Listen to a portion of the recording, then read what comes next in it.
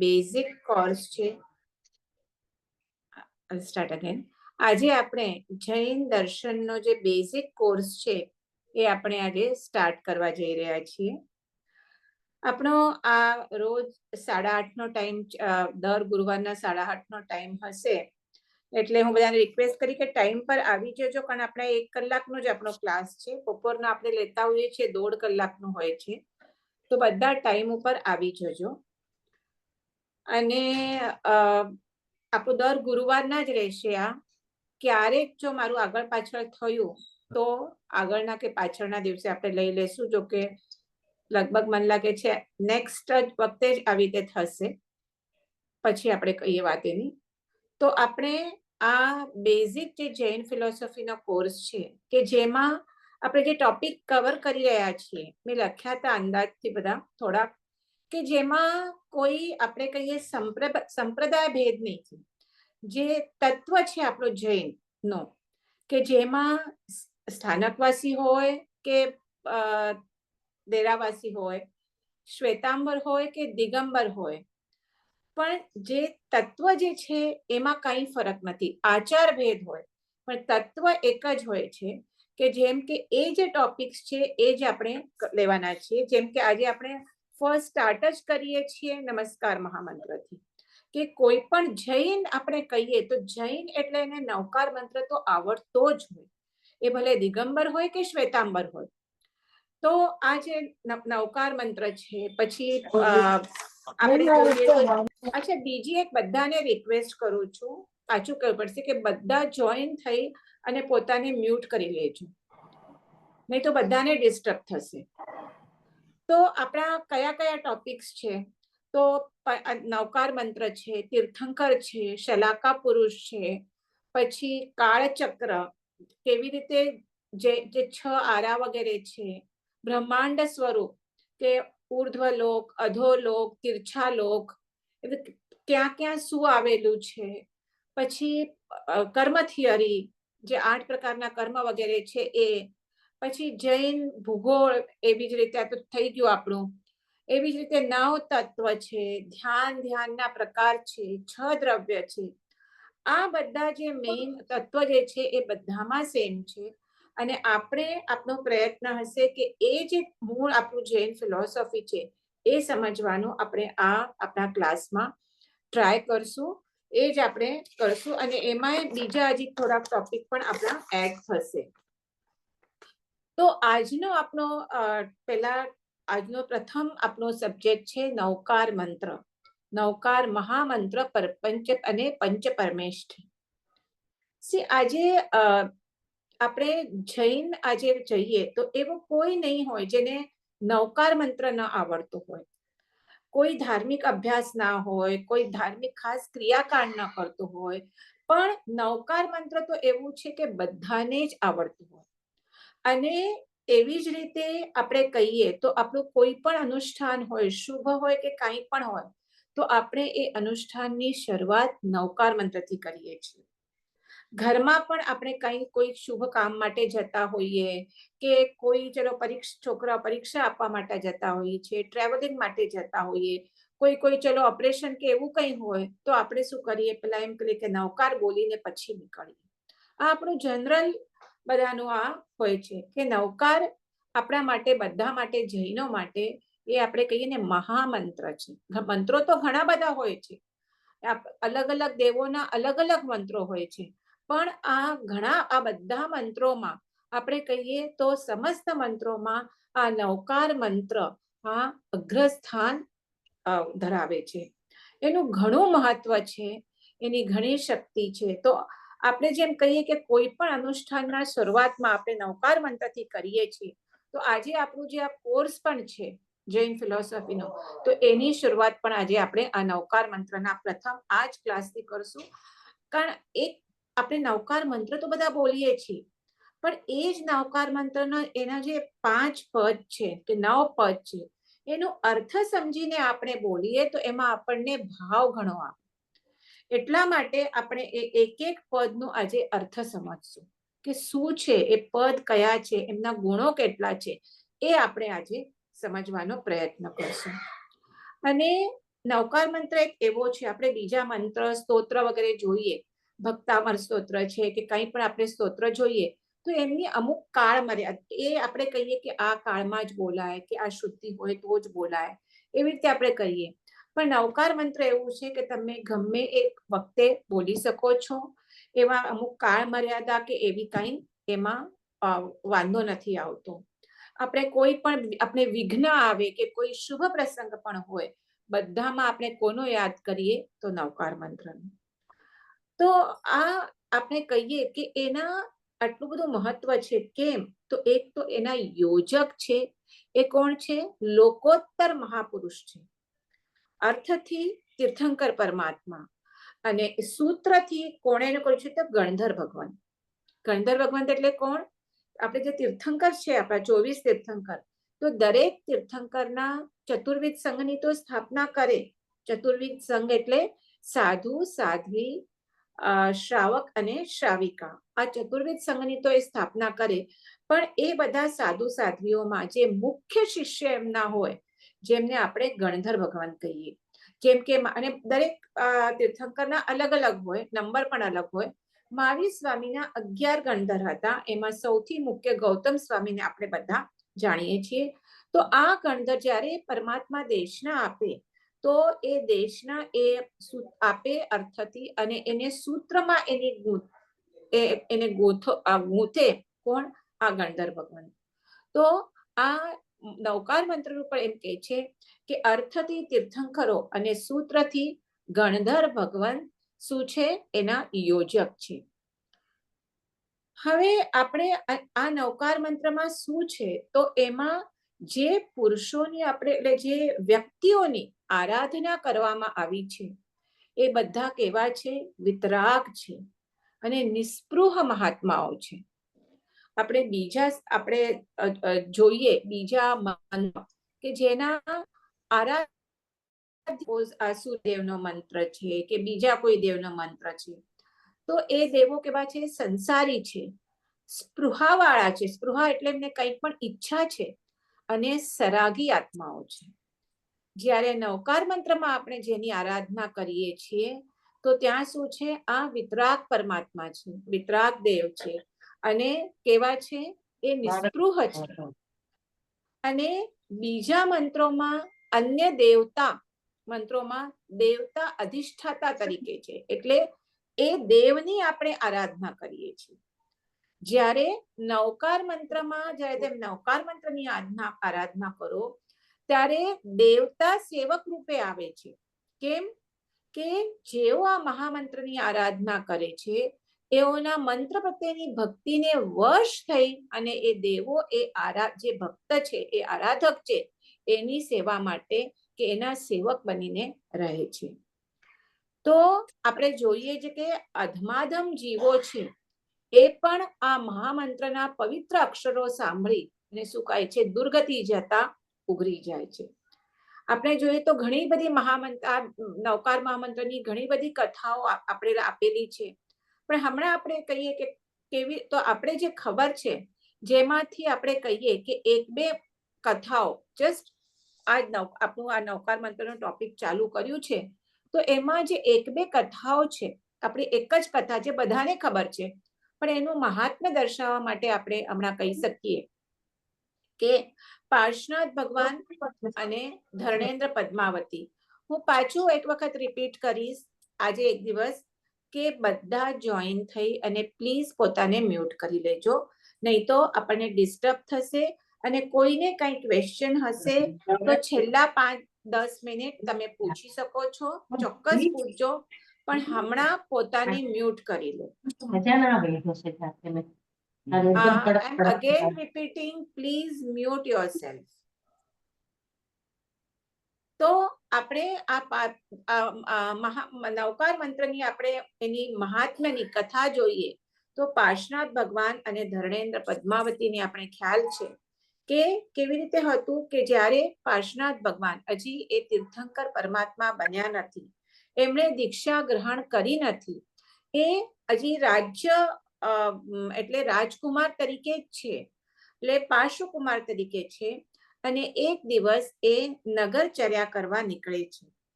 પોતાના સેવક સાથે રથમાં બેસી અને નગરચર્યા માટે નીકળે છે. એક ઠેકાણે જુએ છે તો ઘણા બધા લોકો ત્યાં ભેગા થયેલા હોય છે. એટલે એ રથ ઉભો રાખે છે અને સેવકને પૂછે છે કે શું અહીંયા છે. સેવક તપાસ કરીને કહે છે કે એક તાપસ છે અને એ તાપસ આપણે ખ્યાલ છે કે હિન્દુમાં યજ્ઞ કે શું કે ઓલો હવન ને એવું બધું કરતા હોય, તો એ કરી રહ્યો છે અને એના દર્શન કરવા માટે આ લોકોની ભીડ અહીંયા થઈ છે. પાશકુમાર પણ નીચે ઉતરે છે રથથી અને ત્યાં જાય છે. હવે પાશકુમાર એટલે તીર્થંકર પરમાત્મા થવાના હોય અને તીર્થંકર પરમાત્મા જન્મે ત્યારથી એમને 3 જ્ઞાન હોય: મતિ જ્ઞાન, શ્રુત જ્ઞાન અને અવધિ જ્ઞાન. જે લોકો એકદમ નવા હશે એમને આ ખબર નહીં હોય કે અવધિ જ્ઞાન એટલે શું છે, પણ આપણે ઓફકોર્સ 5 પ્રકારના જ્ઞાન લેશું ત્યારે આપણે ડિટેલમાં કરશું. પણ હું શોર્ટમાં કહું તો જે 5 પ્રકારના જ્ઞાન આપણા જૈન શાસ્ત્રમાં બતાવેલા છે, તો એમાં આપણને હમણાં મતિ જ્ઞાન અને શ્રુત જ્ઞાન છે કે જે ઇન્દ્રિય પ્રત્યક્ષ છે, કે જે કે ઇન્દ્રિયથી આપણને જ્ઞાન થાય છે. જેમ કે શ્રુત જ્ઞાન સાંભળવાનું, જે આપણે કાનથી આપણે સાંભળી શકીએ છીએ. હમણાં જે હું બોલું છું તમે સાંભળો છો, પછી હું બોલું છું તમે જુઓ છો, આપણે વાંચીએ છીએ તો આંખથી જ્ઞાન થાય, કાનથી જ્ઞાન થાય. આ બધું શું છે? ઇન્દ્રિય છે. 5 ઇન્દ્રિય હોય આપણે મનુષ્યને 5 ઇન્દ્રિય આપેલી છે. ઇન્દ્રિય એટલે જેનાથી આપણને જ્ઞાન થાય. તો કઈ કઈ છે આ ઇન્દ્રિયો? એક ચક્ષુ ઇન્દ્રિય છે, શ્રવણેન્દ્રિય છે, ઘ્રાણેન્દ્રિય છે, રસનેન્દ્રિય છે, પ્લીઝ મ્યુટ યોરસેલ્ફ, અને સ્પર્શનેન્દ્રિય છે. બરાબર છે? તો આ 5 થી આપણને જોવાનું, સાંભળવાનું, ગંધનું, રસનું, સ્પર્શનું જ્ઞાન થાય. તો આ 5 ઇન્દ્રિયથી જે જ્ઞાન થાય એ મતિ જ્ઞાન અને શ્રુત જ્ઞાન કહેવાય. જ્યારે અવધિ જ્ઞાન, મનઃપર્યગ જ્ઞાન અને કેવળ જ્ઞાન એ ઇન્દ્રિયોથી નહીં પણ એ આત્માથી ડાયરેક્ટ જ્ઞાન થાય. અને આ અવધિ જ્ઞાન એટલે અમુક લિમિટ સુધી જ્ઞાન થાય. જેમ કે હું અહીંયા બેઠી છું અને રાજકોટમાં આ લોકો કેમ નથી સમજતા? મ્યુટ કરો ને બેનો. તમને ગીતાબેન તમે મ્યુટ નથી.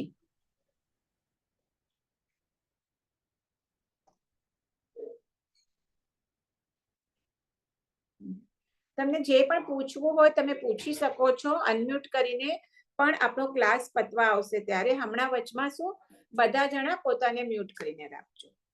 તો અવધિ જ્ઞાન એટલે અમુક અવધિ સુધી, લિમિટ સુધી જે જ્ઞાન થાય. જેમ કે મેં કીધું એવી રીતે હમણાં મને બેઠા બેઠા મારા પાછળના ભીતનું, હવે આ તો અહીંયા દેખાય છે આના ઉપર આઈપેડ ઉપર એટલે ખબર પડે નહીં, તો એમ જ આપણને કોઈ કઈ બેઠી હું કઈ ના હોય તો પાછળના ભીત પર કયો કલર છે એ પણ આપણે દેખાતો નથી.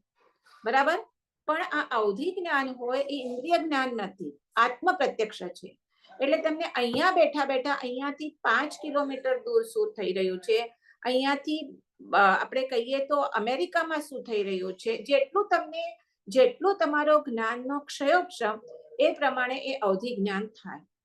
તો તીર્થંકર પરમાત્માને, એના પછી આપણે તીર્થંકર ટોપિક લેશું તો એની શું શું વિશેષતાઓ હોય એ આપણે એમાં સમજશું. તો તીર્થંકર પરમાત્મા જન્મે ત્યારથી એમને મતિ જ્ઞાન, શ્રુત જ્ઞાન અને અવધિ જ્ઞાન હોય છે. હમણાં તો છે જ નહીં. આ કાળમાં તો કેવળ મતિ અને શ્રુત જ્ઞાન છે. આ કાળમાં તીર્થંકર પણ જન્મતા નથી. તો હવે આપણે પાશકુમારની કહેતા હતા. તો પાશકુમાર પોતાના અવધિ જ્ઞાન હોવાથી શું થાય છે, એ શું કરે છે, એ સેવકને એને દેખાય છે કે એ જે તાપસ હવન કે યજ્ઞ કરી રહ્યો છે કેવી રીતે થાય, એમાં અગ્નિ પેટાવે અને અગ્નિ માટે અંદર લાકડા નાખે. તો એ જે લાકડો એક બળી રહ્યો છે એના અંદર નાગ નાગિણીની જોડી બળી રહી છે. એટલે સેવકને પોતાના કહે છે કે એ બોલાવી અને ઓલું લાકડું બહાર કઢાવે છે. એને શું કહેવાય છે, એના ટુકડા કરે છે. તો અંદરથી શું નાગ નાગિણી અર્ધા બળેલા આમાંથી બહાર નીકળે છે. હવે આ કેવો ધર્મ થયો? નહીં જ. ત્યારે હવે આપણે આગળ તો બીજી વાત નથી કહેતા, પણ ત્યારે એ જે ઓલમોસ્ટ બળી ગયા હોય છે, આપણે અધમુઆ થઈ ગયા હોય છે, એમને અહીંયા પાર્શ્વકુમાર નવકાર મંત્ર સંભળાવે છે. એ ધ્યાનથી સાંભળે છે અને ત્યાં આયુષ્ય પૂર્ણ કરે છે. અને એ જ ત્યાંથી આયુષ્ય પૂર્ણ કરીને એ ધર્ણેન્દ્ર અને પદ્માવતી બને છે. નહીં તો જનરલી જે નાગ કે સર્પનું આગલો ભાવ કયો હોય, જનરલી એમની જે બી એમનું આખું જીવન હોય એ પ્રમાણે એમનું એક નેક્સ્ટ ગતિ બહુ સારી ના હોય. પણ અહીંયા આપણે નવકાર મંત્રનો પ્રભાવ સમજી રહ્યા છીએ કે આ નવકાર મંત્ર સાંભળતા સાંભળતા આ નાગ નાગિણી શું થાય છે? ધર્ણેન્દ્ર અને પદ્માવતી બને છે, જે પછી પ્રભુના અત્યંત ભક્ત બનીને રહે છે. પછી પણ બધી સ્ટોરી છે, આપણે ખબર છે. એ પછી ક્યારેક આવશે ત્યારે કહીશું કે જ્યારે એ ઉપસર્ગ એ દીક્ષા લઈને જ્યારે ધ્યાનસ્થ હોય છે અને ત્યારે એ બધી સ્ટોરી આપણને ખ્યાલ છે કે કેવી રીતે એમની રક્ષા કરે છે વગેરે વગેરે. તો હમણાં આપણે તો વાત ચાલે છે નવકાર મંત્રની, અમરકુમારની કથા છે, ઘણી બધી કથાઓ છે કે એમનું મહાત્મ્ય સમજાવવા માટે. અને Y it is so important કે એમાં કોઈ એક વ્યક્તિને નમસ્કાર નથી કરેલું. આપણે જનરલી કહીએ કોઈ પણ એક મંત્ર છે, આનું મંત્ર છે, વિષ્ણુ મંત્ર છે, કે કીધું ને સૂર્ય દેવતાનું મંત્ર છે, તો એ પર્ટિક્યુલર ને એમાં એનું મહાત્મ્ય ગાયેલું હોય. પણ અહીંયા નવકાર મંત્રમાં કોઈ એક વ્યક્તિને પર્ટિક્યુલર વ્યક્તિને નમસ્કાર નથી, પરંતુ ગુણોના ધારક એવા જે છે વ્યક્તિઓ એમને નમસ્કાર કરેલો છે. અને કોણ છે એવા ગુણોના ધારક? તો અરિહંત, શેઠ, આચાર્ય, ઉપાધ્યાય અને સાધુ. આપણે બધાને ખબર છે કે આને 5 પરમેષ્ઠી કીધેલી છે. આ અરિહંત, શેઠ, આચાર્ય, ઉપાધ્યાય અને સાધુને શું કીધું છે? 5 પરમેષ્ઠી કરી છે. તો એ 5 પરમેષ્ઠીને અહીંયા નમસ્કાર કરેલો છે. પરમેષ્ઠી એટલે શું? તો કે પરમ પદે એટલે કે ઊંચામાં ઊંચા પદે જે બિરાજમાન જે વ્યક્તિઓ છે એમને શું કહેવાય? પરમેષ્ઠી કહેવાય. હા, એટલે આ શું છે? સંસારમાં આ કેવી છે આ વ્યક્તિઓ કે ભોગ વિલાસથી તદ્દન રહિત છે અને રાગ, દ્વેષ, ક્રોધ, માન, માયા, લોભ એવા જે અંતરંગ શત્રુઓ છે એ શત્રુઓ એમનાથી ઘણા દૂર છે. એટલે આ વ્યક્તિઓને જગતમાં ઉચ્ચ સ્થાને કીધેલું છે. એટલે આ પરમેષ્ઠી એમને કીધેલું છે. અને આ 5 પરમેષ્ઠીને આ 5 પદમાં આપણે ભાવપૂર્વક નમસ્કાર કરીએ છીએ. શું છે? નમો અરિહંતાણમ, નમસ્કાર હોજો અરિહંત પરમાત્માને. નમો સિદ્ધાણમ, નમસ્કાર હોજો સિદ્ધ પરમાત્માને. નમો આયર્યાણમ, નમસ્કાર હોજો આચાર્ય ભગવંતોને. નમો ઉવજ્જાયાણમ, નમસ્કાર હોજો ઉપાધ્યાય ભગવંતને. નમો લોએ સવ્વસાહુણમ, એટલે નમસ્કાર હોજો લોએ એટલે લોકમાં રહેલા સર્વ સાધુ ભગવંતોને. તો આવી રીતે આ 5 આપણે પરમેષ્ઠીને નમસ્કાર કરીએ છીએ.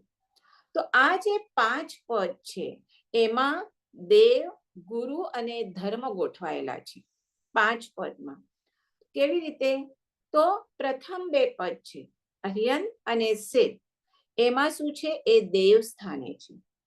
પછી આગળના જે પદ છે અને આ જે દેવમાં છે એમાં પ્રથમ અરિહંત અને સિદ્ધ. તો અરિહંત શું? સાકાર સ્વરૂપે છે, એટલે એનો આકાર છે, ફોર્મ છે, બરાબર. જ્યારે સિદ્ધ છે એ ફોર્મલેસ છે, નિરાકાર સ્વરૂપ. આપણે ખબર છે સિદ્ધને એ અરૂપી હોય, શરીર હોય નહીં સાથે, એટલે શું કહેવાય? એ નિરાકાર છે. પણ આ બેવ શું છે? દેવ છે. પછી આચાર્ય, ઉપાધ્યાય અને આ શું છે? ગુરુ સ્થાને છે. અને આ 5 જણા દેવ અને ગુરુ કેવા છે? સદગુણ સંપન્ન મહાત્માઓ છે. અને અહીંયા ગુણો, સદગુણ એટલે કેવા ગુણ? તો સમ્યક દર્શન, સમ્યક જ્ઞાન અને સમ્યક ચારિત્ર, સમ્યક તપ. આ બધા ગુણો એ શું છે? ધર્મ સ્થાને આવે છે. આપણે જ્યારે પહેલી પ્રાર્થના બોલ્યા અરહંતો ભગવંત ઇન્દ્ર, તો આપણે જ્યારે સાધુનો બોલ્યો, આમાં પણ 5 આપણે પરમેશ્વરીને જ નમસ્કાર કરીએ છીએ આ પ્રાર્થનામાં. તો શું કે રત્નત્રય આરાધકા, જ્યારે આપણે સાધુને નમસ્કાર કરીએ છીએ, કેવા છે સાધુ ભગવાન? તો રત્નત્રયની આરાધના કરે છે. તો આ રત્નત્રય એટલે શું? સમ્યક દર્શન, સમ્યક જ્ઞાન અને સમ્યક ચારિત્ર. તો એવા આ ગુણો ને જે ધારણ કરેલા છે એ ગુણો ધર્મ સ્થાને આવે, એટલે આ મંત્રની ઉપાસના કરવી, અર્થાત દેવ, ગુરુ અને ધર્મની ઉપાસના કરવા બરોબર જ છે. તો હવે આપણે 5 પદનો તો અર્થ પહેલા જોયો. નમો અરિહંતાણમ, નમો સિદ્ધાણમ, નમસ્કારો જો અરિહંત સિદ્ધ. પછી નમો લોહે સપસાહુણમ. આ 5 પદનું આપણે જોયું કે નમસ્કાર હોજો લોકમાં રહેલ સર્વ સાધુ ભગવંતોને. પછી એસો પંચ નમુકારો સવ પાવ પણાસણો મંગલાણંચ સવ્વેસિંગ પડમમ હવૈ મંગલમ. એટલો એસો પંચ નમુકારો એટલે આ 5 નમસ્કાર, પરમેષ્ઠીને કરેલા નમસ્કાર. એસો પંચ નમુકારો, આ 5 પરમેષ્ઠીને કરેલા નમસ્કાર. સવ પાવ પણાસણો, સર્વ પાપોનો, સવ એટલે સર્વ, પાવ એટલે પાપ, પણાસણો નાશ કરનાર છે. આ શું છે? આ અર્ધમાગધી આપણે કહીએ પ્રાકૃત. તો એમાં આ નમસ્કાર મંત્રની ગોઠવણી કરેલી છે. અને આપણે એટલે જ એને એક એક પદને સમજવાનું છે કે હવેથી આપણે નમસ્કાર મંત્ર જ્યારે બોલીએ, માળા ગણવા કે બેસીએ, તો એના અર્થ સહિત બોલશું. એટલે એ અર્થ સહિત એટલે આપણે બોલીએ ભલે નમો અરિહંતાણમ, પણ આપણા મગજમાં એ દેખાવજો કે હું નમસ્કાર કરું છું અરિહંત પરમાત્મા. તે એવા ભાવપૂર્વક આપણે કરશું તો એમાં ભાવ ઘણો વધશે. અને આપણે જૈન ધર્મ જે છે એ ભાવ પ્રધાન ધર્મ છે. તો આપણે જે કર્મ બંધ થાય છે કે કર્મ નિર્જરા થાય છે, એ તમારા પરિણામ, તમારા અધ્યવસાય ઉપર ડિપેન્ડ છે, નહીં કે તમારા ક્રિયા ઉપર. તમે નવકાર બોલતા હોય અને તમારું મન આજુબાજુ ભટકતું હોય તો એનું કંઈ અર્થ નથી થતું. અને એટલે જ આપણે જ્યારે સમજીને બોલીએ છીએ તો એમાં આપણું ચોક્કસ આપણા ભાવમાં ફરક પડે છે. તો એસો પંચ નમસ્કારો એટલે આ 5 પરમેષ્ઠીને કરેલો નમસ્કાર કેવો છે? સવ પાવ પણાસણો, સર્વ પાપોનો નાશ કરનાર છે. મંગલાણંચ સવ્વેસિંગ, સર્વ મંગલોમાં પડમમ હવૈ મંગલમ. સર્વ મંગલોમાં સૌથી પ્રથમ મંગલ છે, મંગલ કરનાર છે. એટલે અર્થાત આ 5 પરમેષ્ઠીનો કરેલો નમસ્કાર સર્વ પાપોનો ક્ષય કરનાર હોવાથી ભાવ મંગલ છે, અને નિત્ય અને શાશ્વત સુખ આપનારો હોવાથી સર્વ મંગલોમાં પ્રથમ મંગલ છે. શાશ્વત સુખ આપે એટલે તમને આ મોક્ષ માટે કારણભૂત થવાથી. મોક્ષ એટલે શું? ત્યાં તમને શાશ્વત એટલે કાયમનું સુખ મળે. એટલે એ માર્ગે લઈ જનારો હોવાથી શું છે? સર્વ મંગલોમાં પ્રથમ મંગલ છે. આના સમાન સંસારમાં કોઈ મંગલ નથી. હવે મંગલ એટલે શું? આપણે ખબર છે કે આપણે કોઈ સારા કામ માટે જતા હોઈએ, તમે કોઈ ઇન્ટરવ્યુ આપવા જતા હો, એક્ઝામ આપવા જતા હો, ટ્રાવેલિંગ મોટી કરવા જતા હો, તો તમને તમારા મમ્મી કે શું આપે? ઘરના વડીલ હોય દહીં આપે, બરાબર? પછી એવી જ રીતે ઘરમાં કોઈ સારો પ્રસંગ છે, લગ્ન વગેરે છે, તો આપણે ઘરના દરવાજે આસોપાલવના તોરણ વગેરે બંધાવીએ. તો આ બધું શું છે? આ બધા મંગલ કહેવાય. તો આવા લૌકિક આમાં આપણે કહીએ તો ઘણા બધા મંગલ છે. તો એ અહીંયા કહે છે કે આ બધા આવા મંગલમાં નમસ્કાર મંત્ર શું છે? સૌથી પ્રથમ મંગલ છે. હવે બીજી વાત, હવે આપણે ખબર છે કે આપણે ઘણા જણા, આપણે એકચ્યુઅલી બધા જણાએ કરવું જોઈએ કે ચલો આપણે તો સૂતા વખતે નમસ્કાર મંત્ર બોલીએ, ઉઠતી વખતે આપણો દિવસ સ્ટાર્ટ નવકાર મંત્રથી કરીએ, અને ઘણા જણા નવકાર મંત્રની બાધી માળા ગણતા હોય છે. તો એ જે માળા છે એમાં કેટલા મણકા હોય? ટોટલ તો 108 મણકા હોય. તો એનું પણ લોજિક છે, કેમ 108 મણકા છે? તો આ જે 5 પરમેષ્ઠી જે છે ને, એના દરેક એ બધા ગુણ, મેં પહેલા જ કીધું, બધા ગુણોના ધારક છે. તો એ કેટલા દરેકના નંબર છે, જે આપણે હવે એક એક ગુણ જોશું બધાના એક પછી એક. તો અરિહંત પરમાત્મા છે, એના 12 ગુણ છે. શિવ પરમાત્મા છે, એના 8 ગુણો છે. આચાર્ય ભગવંતોના 36 ગુણો છે. ઉપાધ્યાય ભગવંતના 25 ગુણો છે. અને સાધુ ભગવંતોના 27 ગુણો છે. એટલે ટોટલ કેટલા થયા? 108. એટલે આપણે કહીએ કે માળામાં પણ કેટલા હોય, મણકા કેટલા હોય? તો 108. હવે અહીંયા આ જે પંચ પરમેષ્ઠીને જે આપણે નમસ્કાર કરેલો છે, નમસ્કાર એટલે શું? આપણે વંદન કરીએ, પ્રણામ કરીએ, પ્રણિપાત પણ કરીએ. તો એ 2 ટાઈપનો છે, એક દ્રવ્ય અને ભાવ નમસ્કાર, અથવા કહીએ તો બાહ્ય નમસ્કાર અને અભ્યંતર નમસ્કાર. આ 2 પ્રકારનું આપણે જ્યારે નમો કરીએ તો 2 પ્રકારના નમસ્કારનું એ સૂચન કરે છે. તો દ્રવ્ય નમસ્કાર એટલે શું? કોઈ આપણે વડીલ વગેરે મળે ઘરમાં, તો શું આપણે હાથ જોડીએ, એમના પ્રત્યે બહુમાન આદરની ભાવના વ્યક્ત કરીએ, નમસ્કાર, હાથ જોડવા, નમસ્કાર કરવું વગેરે. આ શું છે? નમસ્કારની બાહ્ય ક્રિયા છે. અને ભાવ નમસ્કાર એટલે આપણે જેમને નમસ્કાર કરતા હોઈએ એમના પ્રત્યે ભક્તિ, વિનય, બહુમાનની લાગણી રાખવી એ નમસ્કારની અભ્યંતર ક્રિયા છે.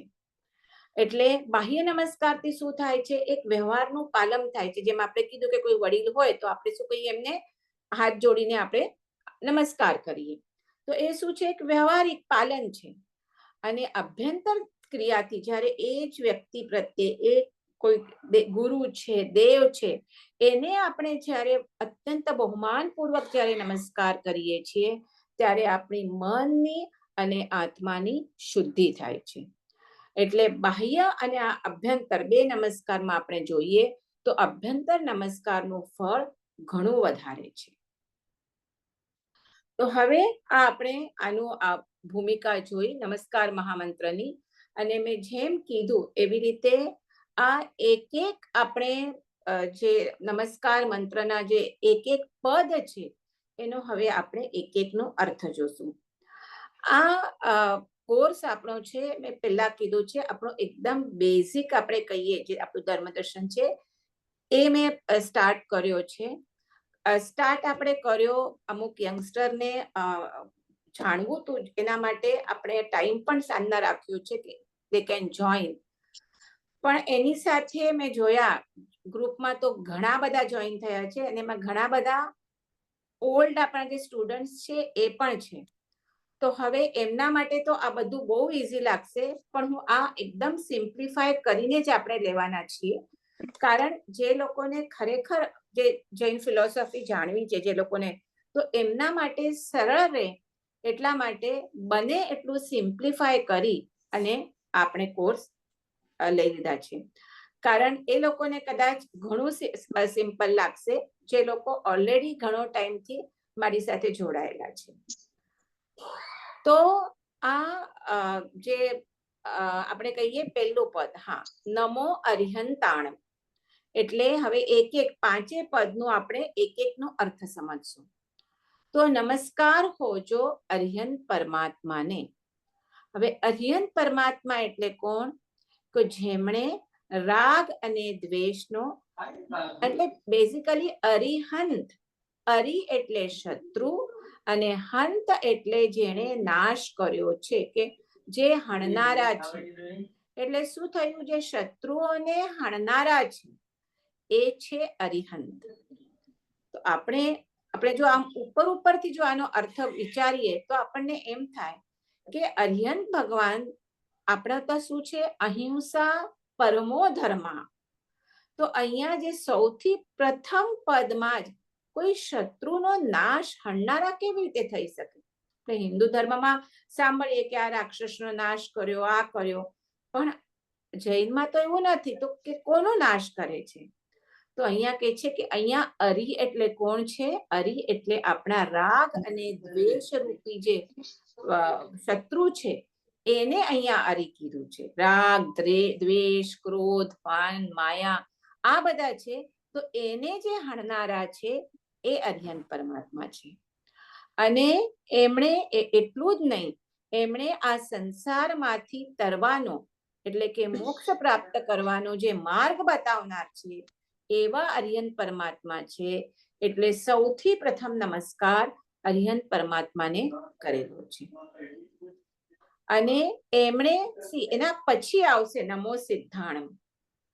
અરિહંત પરમાત્મા આપણે શું છે? તીર્થંકર પરમાત્મા આપણે માર્ગ બતાવે છે. એક મોક્ષ માર્ગ શું છે એ માર્ગ બતાવનાર હોવાથી સૌથી હજી હમણાં એ સદેહ વિચરે છે. મેં પહેલા જ કીધું કે અરિહંત અને સિદ્ધ બેવ દેવ પદે છે. પણ અરિહંત પરમાત્મા શું છે? હજી એમને દેહ, કારણ 8 કર્મ છે. આપણે આવશું કર્મ થિયરી. 8 કર્મમાં 4 ઘાતી કર્મ છે અને 4 અઘાતી કર્મ છે. જ્ઞાનાવરણીય, દર્શનાવરણીય, મોહનીય સૌથી વર્સ્ટ કર્મ અને અંતરાય આ 4 શું છે? ઘાતી કર્મો છે. અને આ ઘાતી કર્મોનો સંપૂર્ણ ક્ષય થાય ત્યારે કેવળ જ્ઞાન, કેવળ દર્શન ઉત્પન્ન થાય, પ્રાપ્ત થાય. એટલે અહીંયા અરિહંત પરમાત્માએ આ 4 ઘાતી કર્મોનો નાશ કર્યો છે અને કેવા છે? ત્રિલોક વડે પૂજાયેલા છે. 4 ઘાતી કર્મોનો નાશ કર્યો છે એટલે સર્વદર્શી અને સર્વજ્ઞ છે. ત્રણેય કાળના ભૂત, ભવિષ્ય અને વર્તમાન ત્રણેય કાળનું અને જગતમાં જેટલા જીવો છે એ આપણે 6 દ્રવ્યમાં આવશે. જીવ, અજીવ જે પણ એકેન્દ્રિયથી પંચેન્દ્રિય બધાનું ભૂત, ભવિષ્ય અને વર્તમાન એકી સાથે જાણી શકે. કોણ? જે કેવળ જ્ઞાન જ્યારે પ્રાપ્ત થાય ત્યારે. અને આ કેવળ જ્ઞાન આ શું છે? આ અરિહંત પરમાત્માને આ કેવળ જ્ઞાન, કેવળ દર્શન પ્રાપ્ત થયેલું હોય છે. માલ સર્વ 1750 રૂપિયા અંકે ઉપાડીથી કન્ડિશન. મ્યુટ કરજો બેન, જે બોલો છો એમ. એ એમના પર્યાયવાચી શબ્દો પણ છે. એમને જ વિતરાગ, પછી સર્વજ્ઞ, કેવળ જ્ઞાની, કેવળદર્શી, જીન, અરહત આ બધા શું છે? એમના પર્યાયવાચી શબ્દો છે. કેવળ જ્ઞાન, કેવળ દર્શન ઉત્પન્ન થયું છે કારણ 4 ઘાતી કર્મનો નાશ થયો છે. આ કર્મ વિશે આપણે પછી જાણશું. પરંતુ હજી અઘાતી કર્મ, નામ કર્મ, ગોત્ર કર્મ, વેદનીય કર્મ અને આયુષ્ય કર્મ એ બાકી છે. એટલે એ શું થાય છે? એ જ્યાં સુધી એમનું આયુષ્ય કર્મ હોય છે ત્યાં સુધી એ વિચરી અને જગતના જીવોનું કલ્યાણ થવા માટે એ ઉપદેશ આપે છે. જ્યારે એમને કેવળ જ્ઞાન, કેવળ દર્શન પ્રાપ્ત થાય દીક્ષા લીધા પછી, ત્યારે દેવો આવીને સમોસરણની રચના કરે અને એ સમોસરણમાં નારકી, તિર્યંચ, મનુષ્ય અને દેવ આ 4 ગતિમાંથી ત્રણેય ગતિના જીવો ત્યાં આવી અને પ્રભુની દેશના સાંભળે અને પોતાનું આત્મકલ્યાણ કરે. તો એવા આ અરિહંત પ્રભુ છે. એ અરિહંત પ્રભુ 12 ગુણોના ધારક છે. એ 12 ગુણ કયા કયા એ આપણે કીધું. મેં પહેલા કીધું જ્યારે 108 માળાના મણકા જ્યારે ગણાવતી હતી ત્યારે મેં આ પહેલા કીધું અરિહંતના કેટલા ગુણ છે? 12 ગુણ. તો એમાંથી જે 4 પ્રથમના 4 ગુણો છે એ પ્રભુના પોતાના અતિશયો છે. અને પછીના જે 8 ગુણો છે એ દેવોએ સમોસરણ જે રચે છે ત્યારે આ 8 અષ્ટ પ્રાતિહાર્ય છે. મેં કીધું એવી રીતે જ્યારે તીર્થંકર પરમાત્મા જન્મે ત્યારે 3 જ્ઞાનના ધારણ કરે, મતિ જ્ઞાન, શ્રુત જ્ઞાન અને અવધિ જ્ઞાન. પછી એ દીક્ષા લે અને પોતાના સાધના કરીને ધ્યાન કાયોત્સર્ગ કરી અને શું કરે? પોતાના ઘાતી કર્મોનો નાશ કરે અને એમને શું? કેવળ જ્ઞાન, કેવળ દર્શન ઉત્પન્ન થાય ત્યારે દેવો આવી અને સમોસરણની રચના કરે. સમોસરણ તમે ઘણા બધા ઠેકાણે પિક્ચરમાં કે ક્યાં આવી રીતે 3D આમાં બનાવેલું હોય, બધાએ ક્યાંક ને ક્યાંક તો જોયું જ હશે. તો આ જ્યારે સમોસરમાં બેસે એ ત્યાં એમની સાથે અષ્ટપ્રાતિહાર્ય હોય. તો પહેલા એ 8 ગુણો અને પહેલાના 4 ગુણો. તો કયા પહેલા આપણે આ 4 ગુણો જોઈએ કે જે એમના શું થાય છે, પોતાના 4 અતિશયો છે.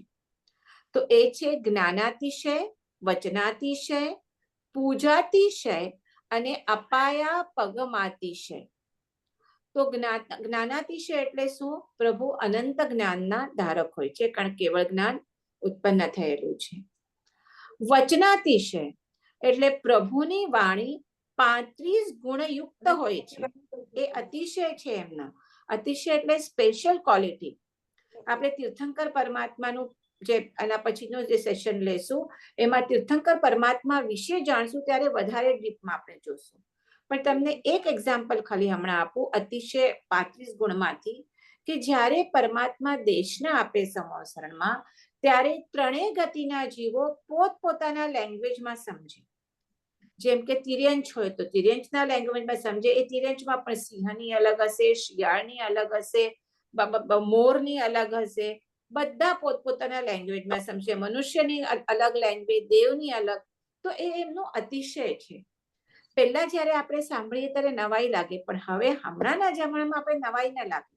આપણે ખબર છે કેટલા બધા ઠેકાણે, મને લાગે છે સંસદમાં કે ક્યાં એવું ઘણા ઠેકાણે હોય છે કે એ જે બોલે એ તમે તમારા પોતાના લેંગ્વેજમાં ત્યારે ને ત્યાં ટ્રાન્સલેટ થઈને you can hear it immediately at that moment. ઘણા ઠેકાણે આ વ્યવસ્થા હોય છે. તો તીર્થંકર પરમાત્માનો તો આ અતિશય છે, પોતાનું એમનું વચનનું અતિશય છે. એટલે આ વચનાતિશય એ બીજો ગુણ છે. ત્રીજો છે પૂજાતિશય, એટલે કે ત્રણેય લોક, નરક, મનુષ્ય અને દેવલોક, ત્રણેય લોકમાં એ શું છે? પૂજનીય છે. રાધર હું એવી રીતે ના બોલીશ નરક મનુષ્યને, હું બોલીશ કે અધોલોક, તિરછાલોક અથવા તો મધ્યલોક અને ઉર્ધ્વલોક. જે પણ આપણે જ્યારે બ્રહ્માંડ સ્વરૂપ કરશું ત્યારે આપણે જાણશું. કારણ આપણે અધોલોક કહીએ તો અધોલોકમાં ખાલી નારકી નથી, ત્યાં ભુવનપતિ દેવો વગેરે પણ છે. તો એવી રીતે આ 3 લોક છે. તો આ ત્રણેય લોકમાં એ પૂજાયેલા છે, એટલે પૂજાતિશય કહેવાય. અને અપાયા પગમાતિશય એટલે કે જેમના આગમનથી તીર્થંકર પ્રભુ જ્યાં વિચરે ત્યાં દરેક પ્રકારના અપાયોનો એટલે શું? સંકટોનો નાશ થાય છે. હવે આ 4 ગુણ થયા અને પછીના 8 ગુણ જે અષ્ટપ્રાતિહાર્ય કહેવાય, કે જે જ્યારે એ દેવોના રચેલા હોય છે. અને એને પ્રાતિહાર્ય એટલા માટે કીધું છે, પ્રાતિહાર્ય એટલે કે પ્રતિહારી ઉપરથી. પ્રતિહારી એટલે શું? કે જે જ્યાં જાય એના સાથે ને સાથે આવે. પ્રતિહારી રાજા હોય તો એની સાથે ને સાથે એ પ્રતિહારી આવે. હમણાં આપણે સમજવું હોય તો આપણે બોડીગાર્ડ કહી શકીએ કે નરેન્દ્ર મોદી જ્યાં જશે ત્યાં એમની સાથે તમે જોજો 3-4 એમના બોડીગાર્ડ સાથે જ હોય, ગમે ત્યાં જાય. હમણાં અમે ધરમપુરમાં આવ્યા હતા, અમિત શાહ આવ્યા હતા, એના પહેલા દ્રૌપદી મુર્મુ આવ્યા હતા. તો એ જ્યાં જાય તો ઓલા એના જે બોડીગાર્ડ હોય ઓલા બ્લેક કપડામાં, બ્લેક ચશ્મામાં આમ સાથે ને સાથે હોય. આપણે સમજવા માટે કહું છું. અહીંયા તો પ્રતિહારી ઉપરથી આ અષ્ટપ્રાતિહાર્ય વર્ડ આવેલો છે કે પ્રભુ જ્યાં પણ વિચરે એક ઠેકાણે તો આ અષ્ટપ્રાતિહાર્ય સાથે જ આવે. તો આ કયા કયા છે 8 પ્રાતિહાર્ય? તો એક છે સૌથી પ્રથમ અશોક વૃક્ષ. આપણે નામ બોલી જાઉં છું, તમે ચૈતવંદન વગેરે કરતા હશો તો તમને ખ્યાલ હશે. અશોક વૃક્ષ, સુરપુષ્પ વૃષ્ટિ, દિવ્ય ધની, ચામર, આસન, ભામંડળ, દુંદુભી અને છત્ર. તો આ શું છે? 8 પ્રાતિહાર્ય છે. તો અશોક વૃક્ષ એટલે શું? તો કે અશોક વૃક્ષ તો આપણે ખબર છે કે પ્રભુ જ્યાં બિરાજમાન હોય તો એમના દેહમાનથી 12 ગણું ઊંચું.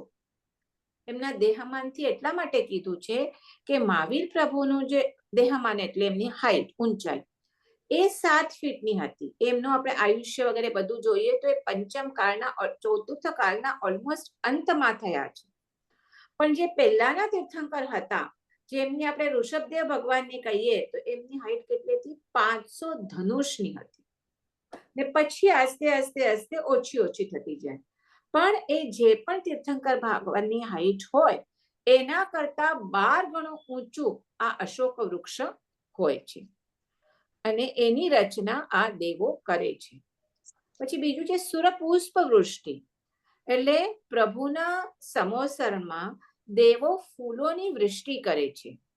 અને આ પ્રભુનું મહાત્મ્ય એવું હોય છે કે ફૂલોને એનાથી જરા પણ શું કહેવાય પીડા ઉત્પન્ન નથી થતી, દુઃખ નથી થતી પુષ્પોના જીવોને પણ. એવું પ્રભુનું પોતાનું મહાત્મ્ય છે. પછી ત્રીજું છે પ્રાતિહાર્ય દિવ્ય ધ્વનિ, કે પ્રભુની શું દિવ્ય ધ્વનિ સંભળાય છે જ્યારે પ્રભુ દેશના આપે છે ત્યારે. પછી ચામર, તો પ્રભુના બંને બાજુ સુંદર ચામર શું કરે છે વિંજાય છે. આસન, પ્રભુને બેસવા માટે દેવો રત્નજડિત સુવર્ણના સિંહાસનની રચના કરે છે. એના ઉપર પ્રભુ બેસી અને દેશના આપે છે. પ્રભુ તો વિતરાગ છે, બરાબર છે, પ્રભુને આનો કોઈ નથી, પણ દેવો આવીને એની રચના કરે છે. ભામંડળ, પ્રભુના શરીરની પાછળ તેજના પુંજરૂપ ભામંડળ હોય. તમે જોશો તો તમે કોઈ આપણે ચિત્ર જોઈએ તો કોઈ પણ પ્રભુનું ચિત્ર હોય તો પાછળ શું હોય, એક એમનું આમ રાઉન્ડ જે હોય ને પ્રકાશ પુંજમય, એ ભામંડળ કહેવાય. તો એ પણ એક અષ્ટ પ્રાતિહાર્ય છે. દુંદુભી, સાતમું પ્રાતિહાર્ય, એટલે જ્યારે પ્રભુ સમોસણમાં બેસીને ધર્મદેશના આપતા હોય ત્યારે દેવો દુંદુભી વગાડીને કહે છે, ભય ભવ્ય જીવો કે તમે પ્રભુનો ધર્મોપદેશ સાંભળવા માટે આવો, એટલે દુંદુભી વગાડે. અને છેલ્લું છે છત્ર, 3 છત્ર હોય પ્રભુના મસ્તક ઉપર, અને એ જાણે ત્રણેય લોકના સ્વામી છે એ સૂચવવા માટે આ શું છે, આ 3 છત્રો હોય છે. તો આવી રીતે આ આપણે જોઈએ તો અર્યંત પરમાત્માના આ 12 ગુણો આપેલા છે. સમજાય શું મ્યુટ કરી દેજો પ્લીઝ. હવે આપણે આ બીજી એક આપણે વાત કરીએ કે અર્યંત પ્રભુ જ્યાં વિચરતા હોય ત્યાં અતિવૃષ્ટિ નથી થતી, અનાવૃષ્ટિ નથી થતી, શુક્ર તીડ અને ઉંદરનો ઉપદ્રવ નથી થતો, સ્વચક્ર ભય અને પરચક્ર ભય, એટલે ટોટલ 7 ઇતિઓ કહેવાય. આ ઇતિઓ પ્રભુનો એટલો પ્રભાવ છે કે આ નથી થતું. અતિવૃષ્ટિ, વધારે પડતો વરસાદ, અનાવૃષ્ટિ, વરસાદ ન પડવો, શુક્ર તીડ એક પ્રકારના બધા આ છે કીડા કે જેનાથી સુધા એ આખો પાક હોય એને નષ્ટ કરી દે. અને સ્વચક્ર ભય, પરચક્ર ભય, પરચક્ર એટલે બહારથી કોઈ રાજ્ય ઉપર ચડી આવે, ને સ્વચક્ર એટલે અંદર જ તમને દુશ્મન તમારી સાથે લડવા લાગે. તો આ 7 પ્રકારની ઇતિઓ જ્યાં અરિહંત પરમાત્મા વિચરતા હોય ત્યાં ન હોય. તો આવા આપણે કહીએ તો આવા અરિહંત પરમાત્માનો આપણો પર ઘણો ઘણો ઉપકાર છે. જે આપણે આપણો આજે ગોલ છે, જ્યારે આપણે કોઈ પણ ધાર્મિક ક્રિયા, સંયમ, ત્યાગ વગેરે કરતા હોઈએ તો આપણો ગોલ શું હોય, ફાઇનલ કે મોક્ષ પ્રાપ્તિ કરવાનું. અને મોક્ષમાં કોણ બિરાજે છે, સિદ્ધ પરમાત્મા, જે હવે આપણો સેકન્ડ પદ છે. તો અહીંયા આપણને ક્વેશ્ચન પડે કે ગોલ છે સિદ્ધ બનવાનો, અને તો જે ત્યાં સિદ્ધ તરીકે ઓલરેડી છે એને નમસ્કાર પણ કરીએ છીએ આપણે 5 પરમેષ્ઠીમાં, પણ એ સેકન્ડ સ્થાને છે. સૌથી પ્રથમ સ્થાને કોને રાખ્યા છે, અરિહંત પરમાત્માને. તો કેમ, તો કે આ સિદ્ધ દશામાં રહેલા સિદ્ધોના જીવોની ઓળખાણ, કે સિદ્ધ કેવા છે એની ઓળખાણ અને ત્યાં જવાનો માર્ગ એ કોણ બતાવે છે, અરિહંત પરમાત્મા બતાવે છે. સિદ્ધ તો ઓલરેડી મોક્ષમાં જઈ ચૂક્યા છે. આના જેવું તો હિન્દુ ધર્મ જેવું તો આપણી ફિલોસોફી નથી કે એક દેવ થાય પછી પાછા એ અવતાર ધારણ કરે, લોકો માટે જે એમના કષ્ટ વગેરે હોય દૂર કરે, એમને ઉપદેશ વગેરે આપે અને પછી પાછા વૈકુંઠમાં ચાલ્યા જાય. એવી તો ફિલોસોફી જૈન દર્શનમાં છે જ નહીં કે એક વખત મોક્ષે ગયા પછી પતી ગયું, પછી નો જન્મ મરણ, અનંત સુખમાં ત્યાં બિરાજે. તો પછી આપણને રસ્તો બતાવે કોણ કે કેવી? એ તો ગયા મોક્ષે, તો કે અરિહંત પરમાત્મા. એટલા માટે અરિહંત પરમાત્માને પ્રથમ સ્થાને છે અને પછી સિદ્ધ પરમાત્માને નમસ્કાર કરેલો છે. તો આપણે હવે અરિહંત પરમાત્મા બધાને ખ્યાલ આવ્યા? કેટલા વાગ્યા છે? 9:15 થયા છે. આપણે એક સિદ્ધાણમ, નમો સિદ્ધાણમ બીજું પદ આપણે આજે સમજી લઈએ, પછી આચાર્યથી કરીને આપણે નેક્સ્ટ ટાઈમ લઈશું. તો નમસ્કાર, પ્લીઝ મ્યુટ કરજો. નમો સિદ્ધાણમ એટલે નમસ્કાર હોજો સિદ્ધ ભગવંતોને. કેવા છે સિદ્ધ ભગવંત? તો અજરામર અવસ્થાને પામેલા. અજરામર અવસ્થા, અજરામર એટલે જરા અને મૃત્યુ જેને નથી. આપણે હમણાં મનુષ્ય પર્યાયમાં છીએ, તો આપણને વૃદ્ધાવસ્થા, આપણે પેલા બાલ્યાવસ્થામાં હતા, એનાથી આપણે યુવાવસ્થામાં આવ્યા, અને એમાંથી હવે વૃદ્ધાવસ્થામાં આવીએ છીએ, અને પછી થોડો ટાઈમ પછી મૃત્યુ થશે. તો આ શું કહેવાય? જરા અને મૃત્યુ. તો જેને નથી એવા શું કહેવાય? અજરામર અવસ્થા છે. આ કોણ છે અજરામર અવસ્થામાં? સિદ્ધ પરમાત્મા છે. એમને નથી જન્મ, નથી જરા, જરા એટલે વૃદ્ધાવસ્થા, નથી મૃત્યુ. એવા શું છે? શાશ્વત અને અવ્યાબાધ સુખમાં એ રમણતા કરે છે, સદાકાળ અનુભવ કરે છે. બેન, મ્યુટ કરશો પ્લીઝ?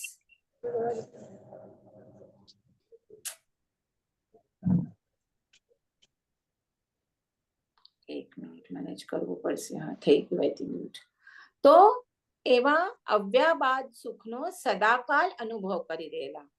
તો શાશ્વત એટલે કાયમ ટકનારું, જે ક્યારે પણ જવાનું નથી, અને અવ્યાબાદ એટલે બાધા રહિત એવું સુખ. તમને એક્ઝામ્પલ આપીને સમજાવું. હમણાં તો ગરમીની સિઝન નથી, એટલે આપણે શું કર્યું છે? હમણાં એટલું બધું એસી કે પંખોની ઓછી જરૂર પડે છે, પણ થોડો ટાઈમ પછી આપણે ગરમીની સિઝન ચાલુ થશે, તો આપણે શું કરીએ છીએ? બહુ ગરમી થાય છે, બહુ ગરમી થાય છે, તો આપણે ફેન કે એસી ચાલુ કરીએ, એટલે આપણે જરા સાતા લાગે, એમાં સુખ લાગે. હવે આ એ જ તમને સારું લાગે છે, સરસ આપણે સાંભળી રહ્યા છીએ, મસ્ત એસી ચાલુ છે, ઠંડક છે, અને લાઈટ ચાલી ગઈ, તો શું થશે?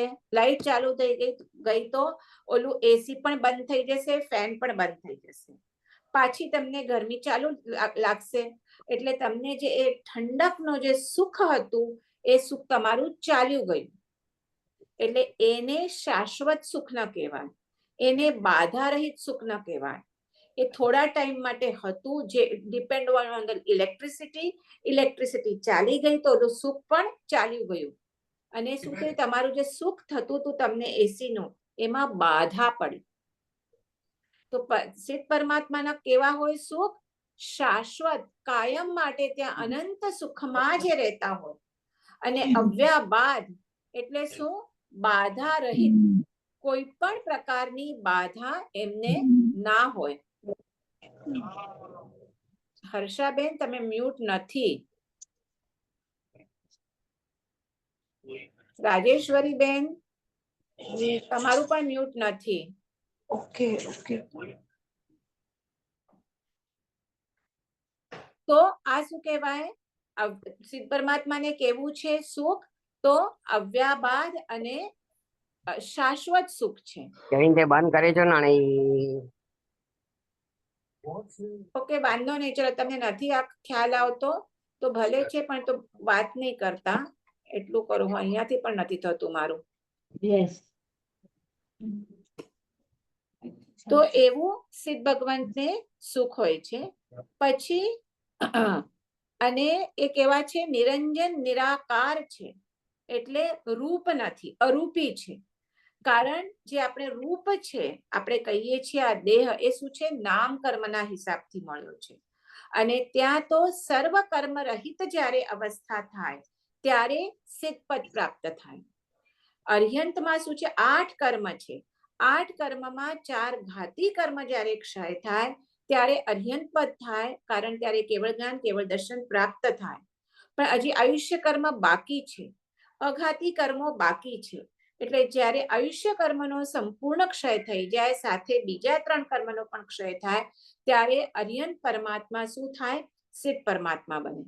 એક વખત અર્યન પદ પ્રાપ્ત થયું એટલે નિયમથી એ સિદ્ધ થવાના જ. ઓકે, એ પછી જન્મ મરણ કરવાના નથી. એટલે એ નિયમથી સિદ્ધ થશે. તો અહીંયા આપણે શું કહીએ છીએ કે આ જે સિદ્ધ છે એ કેવા છે? નિરાકાર છે. અર્યન પરમાત્માને રૂપી છે, એમને દેહ છે. પણ સિદ્ધ પરમાત્મા એ 8 કર્મનો ક્ષય કરે છે. 4 ઘાતી કર્મ અને 4 અઘાતી કર્મ, આયુષ્ય કર્મ, નામ કર્મ, ગોત્ર કર્મ, આ એટલે 8 કર્મનો ક્ષય કરે છે. એટલે સિદ્ધ પરમાત્મા કેવા છે? અરૂપી છે, એટલે નિરાકાર છે.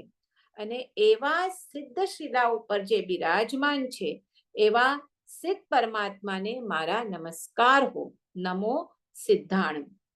કેવા? પાછી બોલું છું. નમસ્કાર હો સિદ્ધ ભગવાન મને અજરામર અવસ્થાને પ્રાપ્ત થયેલા, અજરામર જન્મ જરા મૃત્યુથી રહિત એવી અવસ્થાને પ્રાપ્ત થયેલા, શાશ્વત તથા અવ્યાબાદ સુખનો સદાકાલ અનુભવ કરી રહેલા, નિરંજન નિરાકાર સિદ્ધ શિલા સ્થિત સિદ્ધ ભગવંતોને મારા નમસ્કાર હોજો.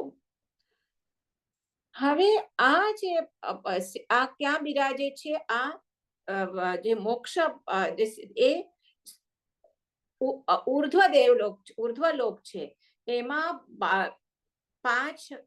12 દેવલોક, એના પછી 9 ગ્રૈવેય, એના પછી 5 અનુત્તર વિમાન, અને એના પછી 12 યોજન પછી આ સિદ્ધ શિલા છે.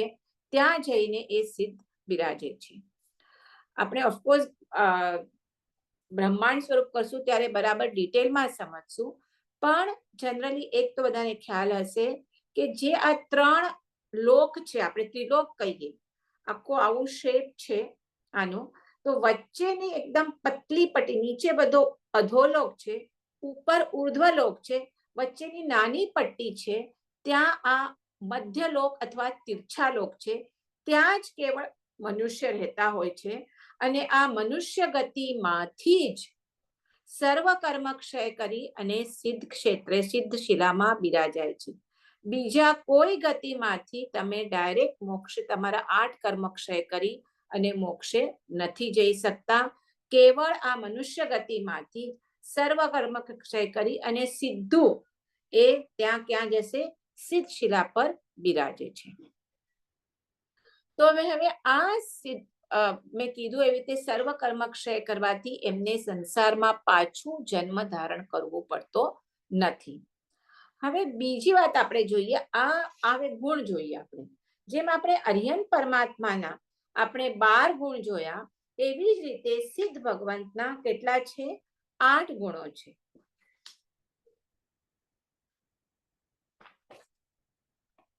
તો એ 8 ગુણો કયા? એ આપણે જોઈએ. જે 8 કર્મ છે એ 8 કર્મને ક્ષય કરતા આ 8 ગુણો પ્રાપ્ત થાય છે. જેમ કે જ્ઞાનાવર્ણીય કર્મ, જે બધાને તો સાંભળીને ખબર હશે. તો આ જ્ઞાનાવર્ણીય કર્મનો સંપૂર્ણ ક્ષય થતા અનંત જ્ઞાન પ્રગટે છે. પછી બીજું છે અનંત દર્શન, આ ગુણ પ્રગટે છે. તો કયો? દર્શનાવર્ણીય કર્મના ક્ષયથી અનંત દર્શન પ્રગટે છે. પછી અવ્યાબાદ સુખ, મેં કીધું પહેલા, બાધા રહિત, કોઈ પણ બાધા એમના ઇલેક્ટ્રિસિટીની કે કોઈ બાધા ન હોય, એમને કન્ટિન્યુઅસ એમનું સુખ ચાલુ જ હોય. તો આ અવ્યાબાદ સુખ કેવી રીતે પ્રગટે છે?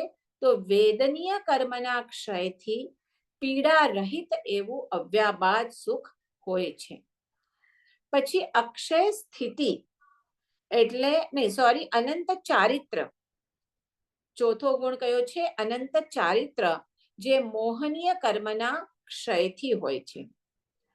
પાંચમું છે અક્ષય સ્થિતિ, કે આયુષ્ય કર્મના ક્ષયથી આ અક્ષય સ્થિતિ, આ ગુણ પ્રાપ્ત થાય છે.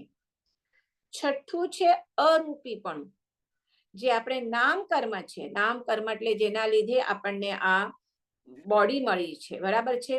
કોઈ ગોરું છે, કોઈ કાળું છે, એટલે મીન્સ થોડું શ્યામ વર્ણનું છે, કોઈ જાડા છે, કોઈ પતલા છે, કોઈ એકદમ પરફેક્ટ છે, તો આ કોઈને લાંબા વાળ છે, કોઈનો બહુ સ્વર બહુ જ સરસ છે. આ બધી જે પ્રકૃતિ છે એ અલગ અલગ એ નામ કર્મના લીધે મળે. પણ અહીંયા સિદ્ધમાં કોઈ કર્મ જ બાકી નથી રહ્યું, એટલે અરૂપીપણું, એટલે એમને કોઈ જાતનું રૂપીપણું છે જ નહીં, કારણ અહીંયા શરીર એમની સાથે હવે છે જ નહીં. એટલે નામ કર્મનો ક્ષય થવાથી અરૂપીપણું ઉત્પન્ન થાય છે. એવી જ રીતે અગુરુ લઘુપણું. અગુરુ લઘુ એટલે ગોત્ર કર્મ આપણે કહીએ, નીચ ગોત્ર, ઉચ્ચ ગોત્ર આપણે સમજીએ છીએ. તો એ પણ નથી હોતું, કારણ છે જ નહીં શરીર. પછી એને અગુરુ લઘુપણ કહેવાય. અને છેલ્લું છે અનંત વીર્ય. એટલે જે અંતરાય કર્મ જે અંતરાય કર્મ શું છે? ઘાતી કર્મ છે. આપણે કહીએ ને અંતરાય એટલે બાધા આવે કોઈ પણ. તમે એમાં પણ અંતરાય કર્મના 5 ભેદ વગેરે ઘણું ડિટેલ છે, આપણે આસ્તે આસ્તે બધું જોશું. પણ બેસિકલી અંતરાય એટલે બાધા. તમે હમણાં સરસ તૈયાર થઈને નીકળ્યા છો કે મૂવી જોવા માટે કે ડિનર લેવા માટે કે તમે નીકળ્યા છો, અને કોઈનો ફોન આવે કે તમારા કોઈ સનને કે તમારા ભાઈને કે કંઈ એક્સિડન્ટ થયો છે કે કંઈ થયું છે, તો તમારું એ રહ્યું એમ જ, અને તમે ત્યાં ભાગશો. એટલે તમને મૂવીમાં જવા માટે કે ડિનર માટે તમને શું આવ્યું? વચમાં બાધા આવી, અંતરાય આવ્યો. એટલે એ છે અંતરાય કર્મ, જેના 5 ભેદ છે, જે આપણે પછી સમજો. તો અહીંયા એમને અંતરાય કર્મનું ટોટલ ક્ષય છે, એટલે અનંત વીર્ય ગુણ પ્રગટે છે. અનંત વીર્ય એટલે અનંત શક્તિ હોય છે. તો આવી રીતે આ 8 ગુણો, અનંત જ્ઞાન, અનંત દર્શન, અવ્યાબાદ સુખ, અનંત ચારિત્ર, અક્ષય સ્થિતિ, અરૂપીપણું, અગુરુ લઘુપણું અને અનંત વીર્ય. તો આવી રીતે 8 ગુણો આ સિદ્ધ ભગવંતને પ્રગટેલા હોય છે. તો 1 મિનિટ. હવે આ જે સર્વ કર્મ રહિત છે એ શું થાય છે? મેં કીધું એટલે આખા આ 3 લોકના છેડે આ સિદ્ધશિલા છે, ત્યાં બિરાજમાન છે.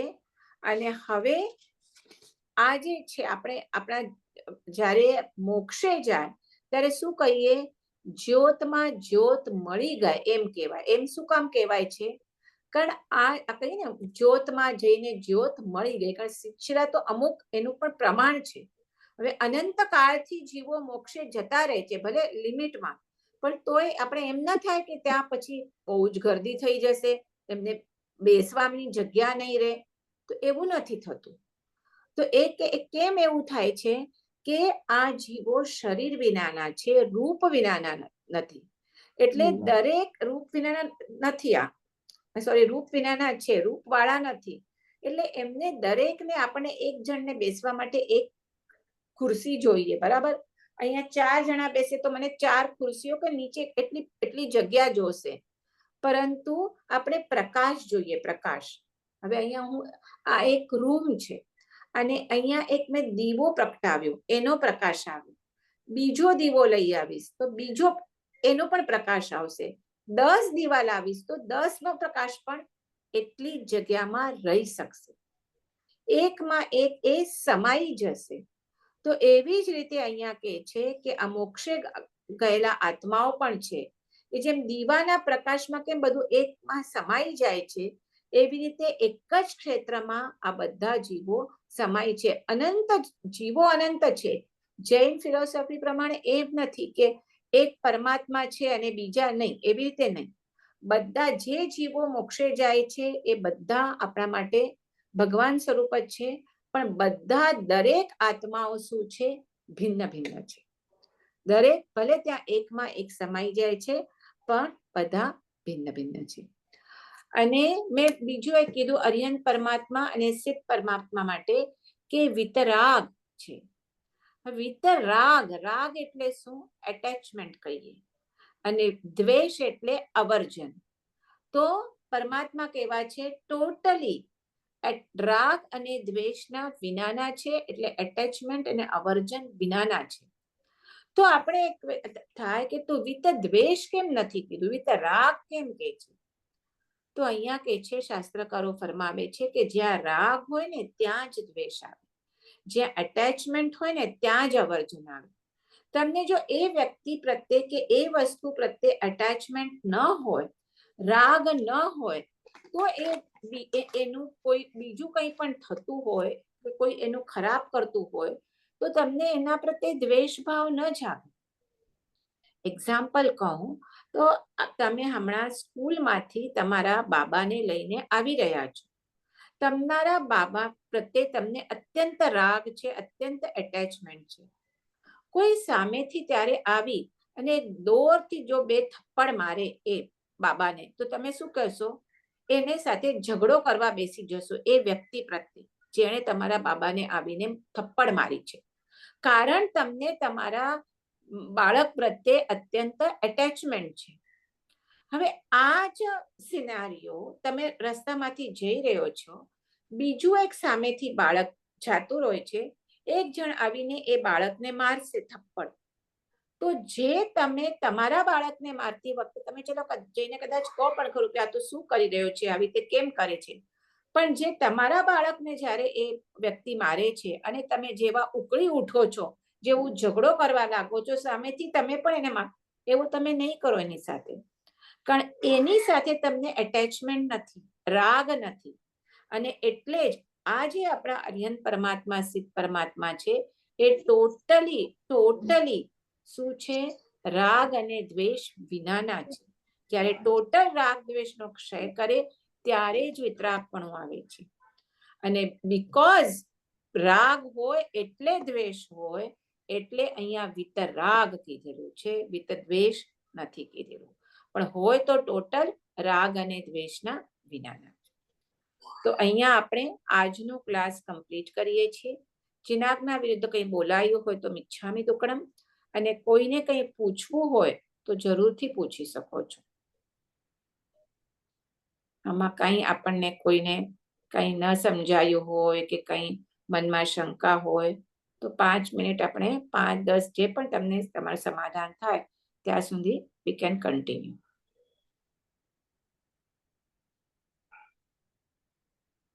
કોઈને નથી પૂછવું? રશ્મિબેન, મારો એક સવાલ છે. કોણ બોલો છો? પલ્લવીબેન, ગાલા જલગામથી. ઓકે, તમે તો જૂના છો. હા, બોલો. હમણાં ટ્રેનમાંથી ઉતરી જલગામ આવી છું, રસ્તામાં તમારું ચાલુ જ હતું, કદાચ મારું ક્યાંય સાંભળવામાં રહી બી ગયું હશે, પણ તો બી મને એક ડાઉટ છે તો તમને પૂછું છું. બોલો. તમે નવકાર આપણે જે વિચાર આપણે કીધું ને કે આપણે બધા સારા કાર્યમાં આપણે બધામાં ગણીએ અને શુભ ગણીએ છીએ આપણે એને બધી રીતે. તો આપણે કોઈ જ્યારે મરી જાય ને ત્યારે આપણે નવકાર ગણીએ છીએ. હવે આપણને એ તો ખબર છે કે એ વ્યક્તિ સુધી તો કઈ આપણું જવાનું નથી, તો આપણે ગણીએ છીએ તો એ આપણા માટે જ ગણીએ છીએ કે શું છે, કે ગણવા પાછળનું કારણ શું છે? એક તો મેં કીધું એવી રીતે આપણે જતા હોઈએ, ઇવન જ્યારે ડેડ બોડીને લઈને પણ જતા હોઈએ બીજા કાસ્ટના, ત્યારે એ પણ રામ નામ બોલતા હોય છે, રાઈટ? Yes yes. હવે હું આ મારા લોજિક વાપરીને કહું છું, મને ખબર નથી, જસ્ટ એમ કરીને વાપરું છું. સો બેઝિકલી તમે એક આપણે કહીએ ને શુભ, આપણે એ તો અશુભ વાતાવરણ છે, પણ એમાં આપણા થોડા ભાવ શુભ રે કે એ રે એના માટે લોકો બોલતા હશે. અને બીજા મંત્ર મેં કીધું એવી રીતે બીજા મંત્રની અમુક શુદ્ધિ છે. નવકાર મંત્ર મેં પહેલા જ કીધું, તમે ગમે ત્યાં બોલી શકો છો. એટલે અહીંયા ભલે ડેડ બોડી પણ પડી છે, પણ તો પણ ત્યાં નવકાર મંત્ર બોલાય. ત્યારે મેં અમુક ઠેકાણે મેં જોયું છે કે અમુક જણા ત્યાં પરમેશથી બોલતા હતા. મેં એમને ટોક્યું પણ, મેં કીધું ના ચાલે આવી. અને પછી મેં સાધ્વી ભગવંતને પણ પૂછ્યું તો કે ના, એવી રીતે ના બોલાય. પણ નવકાર મંત્ર એક એવો છે કે તમે ગમે ત્યાં બોલી શકો. એટલે એક આપણે કહીએ ને આપણા શુભ અધ્યવસાય, તમે ઓલરેડી જે એના જે નજીકના, આપણે તો ચલો આપણે જે બીજા ગયા હોઈએ એને તો એટલું બધું એટેચમેન્ટ ના હોય, એના પ્રત્યે રાગ ના હોય, પણ જેના નજીકના કુટુંબીઓ વગેરે હોય તો આપણે કહીએ કે આર્દ્ર ધ્યાનમાં જ હોય, દુઃખમાં હોય, તો થોડુંક નવકારનું એ વાતાવરણથી થોડુંક એ આપણે કહીએ કે અશુભ જે વાતાવરણ હોય થોડું દૂર થાય, એમને જે દુઃખમાં ડૂબેલા છે એમનાથી એ દૂર થાય, એના માટે આપણે કહીએ કે નવકાર મંત્રની કે કોઈ એવા સ્તવનની કે એવી આપણે ત્યાં ટેપ મૂકતા હોઈએ કે બોલતા હોઈએ છીએ. That is my logic. હું વિચાર કરું. બાકી મને એકચ્યુઅલી શેના માટે કરાય છે મને ખબર નથી, પણ હું આ વિચાર કરીને તમને મેં કીધું. એક તમે હમણાં બોલો છો તો મને એવું લાગે છે કે આપણે જેવી રીતના આપણો આત્મા છે એ પણ આત્મા નીકળી ગયો ને શરીર તો અહીંયા રહી ગયું. હા, મને એવું હમણાં તમે બોલ્યા એટલે એવું લાગે છે. તો આપણે આપણો આત્મા બી અમર છે, અજર છે, અજરા અમર છે. તો એ વિચારીને કે આપણા આત્માનું બી આપણે કલ્યાણ થાય કે જે થાય એ રીતે બી આપણે કદાચ આપણે એ તો છે, એ તો તમે નવકાર મંત્ર બોલો એટલે આપનું તો થવાનું જ છે કલ્યાણ. પણ હા, એ તો છે, પણ ત્યારે એ કલ્યાણ થવા માટે કઈ તમને ત્યાં બોલવાની જરૂર નથી, બરાબર? મારો બાબો શું કે છે સાંભળો એક મિનિટ. ઈ કે છે કે એમ પણ થાય કે આપણે સંસાર જોઈએ ને, ડેડ બોડી જોઈને આપણે વૈરાગ્ય આવી જાય કે સંસારમાં આટલું બધું જીવન મરણ છે. પણ નથી આવતો ને ભાઈ, એ જ પ્રોબ્લેમ છે ને. આવતો નથી ને વૈરાગ્ય, એ જ પ્રોબ્લેમ છે ને. અને હમણાં એમનો ક્વેશ્ચન એમ છે કે તમે નવકાર મંત્ર ત્યાં શેના માટે બોલો છો? હા, તો એ કે ડેડ બોડી જોઈને વૈરાગ્ય આવે આપણને. એ જન્મ મરણ આપણા જન્મ ટેમ્પરરી મરણ વૈરાગ્ય હોય, ઘરે જઈને પાછું બધું ભૂલી જઈએ છીએ.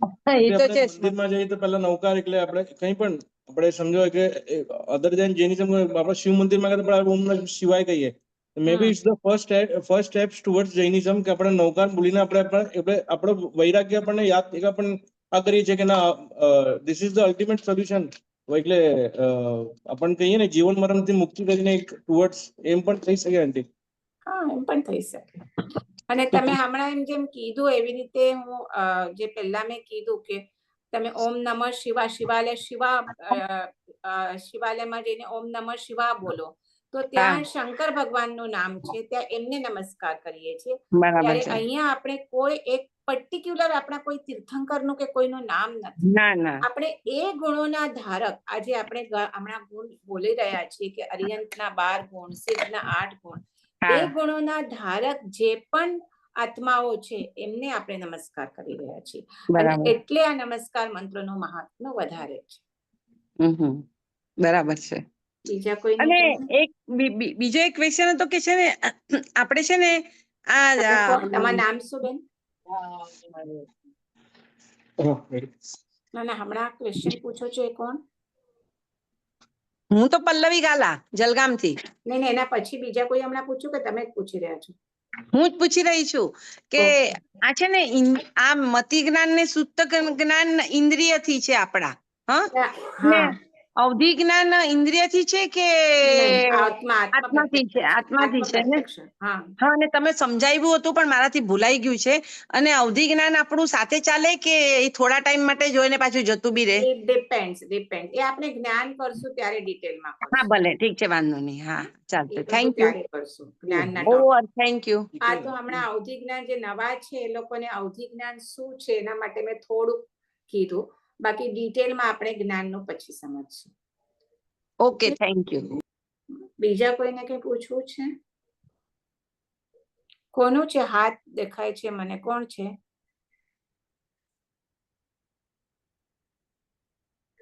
One person wants to ask all to unmute. હા, તમે બધા અનમ્યુટ કરી શકો છો પોતાને કંઈ પૂછવું હોય તો. ક્લાસ પતી ગયા પછી you can unmute yourself and you can ask. ક્લાસમાં શું થાય છે, બીજા અવાજ આવે છે ને, એટલે પછી રેકોર્ડિંગમાં ને પછી પ્રોબ્લેમ થશે, એટલે હું ના પાડું છું. હવે તમે અનમ્યુટ કરી શકો છો, બધા જ મ્યુટ છે, અનમ્યુટ કરી શકો છો. રેશાને કોઈ પૂછવું છે? કોઈને પૂછવું છે? હાથ રેશાનો છે. સંભળાય છે કે નહીં મારો અવાજ?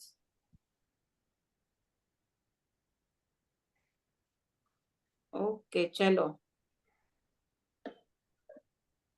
તરલા રામબિયા, હા. I can't here you. તમારો અવાજ નથી આવતો.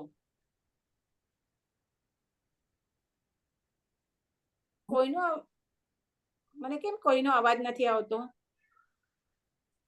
કોઈ બોલતું નથી. મિસ તમારો અવાજ આવે છે અમને. હા, પણ તમે Resha wants to say something. I didn't. I was not able to read their complete message. Rashmi Didi, she has written in the message. So Rashmi Bin, For thanks. beginners, can you suggest a book? હા, now Jain આજ મારા હાથમાં એક છે જો.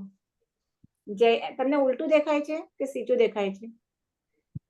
સીધું દેખાય છે મિસ. જૈન જૈન ધર્મ ધર્મના મૌલિક સિદ્ધાંતો. હા, બાય ધીરજલાલ પંડિત, ધીરજલાલ દયાલાલ મહેતા.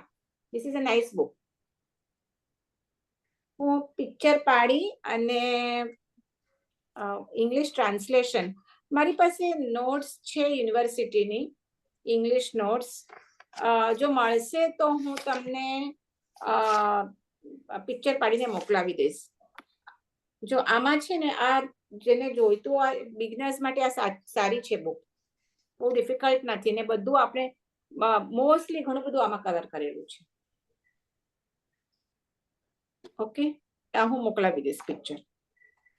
નોટ્સ પણ મોકલાવીશ મારી. You want English right? Okay, ઠીક છે. ચલો તો આપણે હા એક મિનિટ, હું test I am really sorry કે મેં આજે ચાલુ કર્યો છે થર્સડે અને નેક્સ્ટ થર્સડે જ હું 99% નથી. દંતાણી જે પ્રતિષ્ઠા છે જે હમણાં એકચ્યુઅલી મને લાગે છે ચાલુ ઓલરેડી બધા ફંક્શન્સ થઈ ગયા છે, પણ 12 ને 13 ના પ્રતિષ્ઠા છે એટલે ત્યારે જ ગુરુવાર આવે છે. એટલે ગુરુવારના હું નથી, પણ એના બદલે આપણે શુક્રવારના ક્લાસ લેશું. શુક્રવારના 8:30 to 9:30. પણ આઈ ટ્રાય માય લેવલ બેસ્ટ કે ગુરુવાર આપણું મિસ ન થાય. પણ હમણાં તો પ્રતિષ્ઠા છે એટલે ત્યાં જઈએ છીએ દંતાણીમાં, એટલે તો નહીં ફાવે.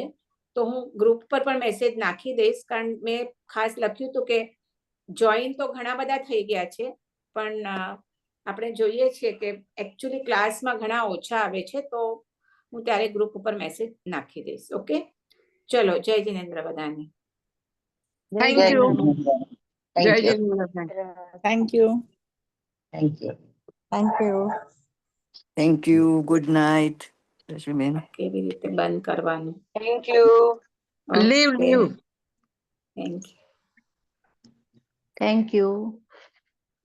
Jai Jinendra. જય જિનેન્દ્ર. કેવી રીતે કરવાનું?